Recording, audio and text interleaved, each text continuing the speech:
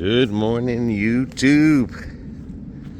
Let's go make some compost while we can. Everything's looking good. Cleaning up this mess. BB already spreaded all her flowers. What kind of flowers did you plant out here again? Zinnias. All bunch. She just threw them all around the ground. Zinnias. So, like those flowers there will be sprouting throughout this garden here to help it pollinate. But we are going to make compost. Hence, this is our version. We are not professionals. I don't even know if I'm doing it right, but I did it this way. This is my results of my second compost. I already used my first compost, and you can see it came out good, but that one didn't have that many branches in it, and I'm going to try to stay away from branches as much as possible and stick with the leaves and then the grass things, and then of course whatever scraps we have. But you could see like that there. I mean, it's hollow, it's everything, but underneath it you can see, and you can see that coconut shell, avocados. But I'm still gonna lay that down. So what I'm gonna do this time is I'm gonna put some of the, what's that tree right there that you trimmed again? The jasmine. And I'm cutting them into smaller pieces so they can compost quicker. Again, I could be doing this wrong. All I know is I did it. A year later, boom, I got that. Raking up all these, as much as leaves as I can. A lot of leaves over there. Get all that from over there. Because I'm going to be able to do 2 compost piles. So here I go. First thing I'm going to do is I already cut my little branches there. If you guys got any suggestions, ideas, or whatever, leave it in the comment. And now I'm going to go rake this leaves up here. Alrighty, we don't get many leaves here other than when we had the freeze. We had an abundance of leaves. So now I'm going to put this here. And then I'm going to put some more leaves over that. And in about a week or so, I start churning. I think I've mentioned it. I don't use banana leaves or anything from the banana stock because that takes forever. Depending if you got trees, like them small pieces of wood, it could take a year. If it's just leaves and food, it takes anywhere from 6 months to a year. This is the other one. We had it started. I mean, this could have been back in January. I'm going to flip it over. Because, again, you have to turn it at least either a couple weeks or whatever months, once a month. We just got to continuously turn it. So let me turn this and see where we're at with it. Right, that's where it's at right now. This has the lemongrass weeds, bunch of leaves. But this sucks here because you see the space. It's a pain in the ass to flip it. This might be the last year for that compost. Because you need something circular like that, so when you stick the fork in there. But this was a pain in the ass because of the heat melted the top of that there.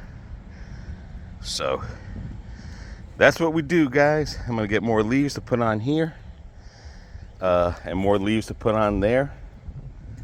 But that's how we compost. Now I turned the one that we are going to use for the gondolas, but you can see, again, this is why I don't like using stick. I mean, it's soft, but I'm going to till this into the dirt anyway. Or I just might leave it on top. But that's the only reason I don't like doing stick. That's the only reason I just put minimal stick in that other one. And I cut it into small pieces. Here, BB just kept on putting branches and branches in here, and that's just what you get. So you get a lot of these branches, and that's where it can take like a year or more. But she says she's gonna put something in here. I'll ask her. so that this deteriorates quickly. So, but I try to avoid the sticks. Again, only reason I use that stick because I know this one here from the jasmine will deteriorate real quick. Where you're getting sticks from that oak tree, depending the thickness, takes a little bit longer than usual. Good thing is this avocado tree, it's gonna give me a lot of good compost leaves. Because again, when I empty that one, the third compost will be started. And then hopefully by the end of the year, all three of them should be ready for 2027. If by the grace of God, I am, or you guys are still here. So, but you can see everything's coming good. All right, then I'm gonna leave because this is where the gandul is. A failed attempt that I did. The freeze came, of course. I'm planting them. Didn't know we were gonna have a freeze. Those are as good as dead. I gotta go buy some more gandulas. Still no life we have not seen yet on this tree, but there is hope because again, my daughter's tree had life. That tree has life. The baby tree has life. It's just a matter of this tree just waking up. That's all. All right, let me go put this in my little bucket thingy there and lay it all in there. Okay, there you have it. Now, eventually over time, when we do have scraps, we'll spread them out. Eventually, I'm gonna have a third one here. We'll spread them out evenly. Keep churning. BB's supposed to put some yeast and something else in here to help speed up the process. Again, I am not a compost expert. BB's not a compost expert. I'm just a person that grew up in the city and been here 33 years and being forced by BB to do a garden. I watch YouTube videos just like you, but I find the leaf and the food method just a tiny bit of branches, in my personal opinion, because she did the original compost and it worked. So again, you got suggestions, you can tell us how you do compost. I'm not knocking anybody. All I'm just saying is I'm from the city. That's all I'm saying. Sun is breaking out and we're due for a storm later today, and I think I got everything cleaned up. Cut that with the lawnmower. That's trash. Maybe pick some more leaves up here, throw it in the compost pile. I mean, I'm afraid of bugs, I'm afraid of frogs, I'm afraid of a lot of things, but I'm out here doing it, trying to keep my heart pumping, not sitting on that chair in pain. I'd rather be out here and in that good pain. But that's all I'm doing out here, is just basically just trying to live the last of my life as healthy and hopefully drop a few pounds on the way doing this. And then again, eventually that trailer needs to come back home. We made a nice little spot for it, but here I go.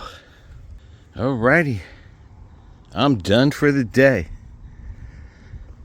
I went over with the lawnmower. I cut all those up, mulched it into the grass so the grass can get thing. I cut all there. I got my compost is ready for more food, and of course twisting. This is completed, and then I cleaned this up over here all by myself, guys. There you go. That we're just gonna leave that there, let that jasmine grow. Someone would have told you that a hurricane came through here almost 2 years ago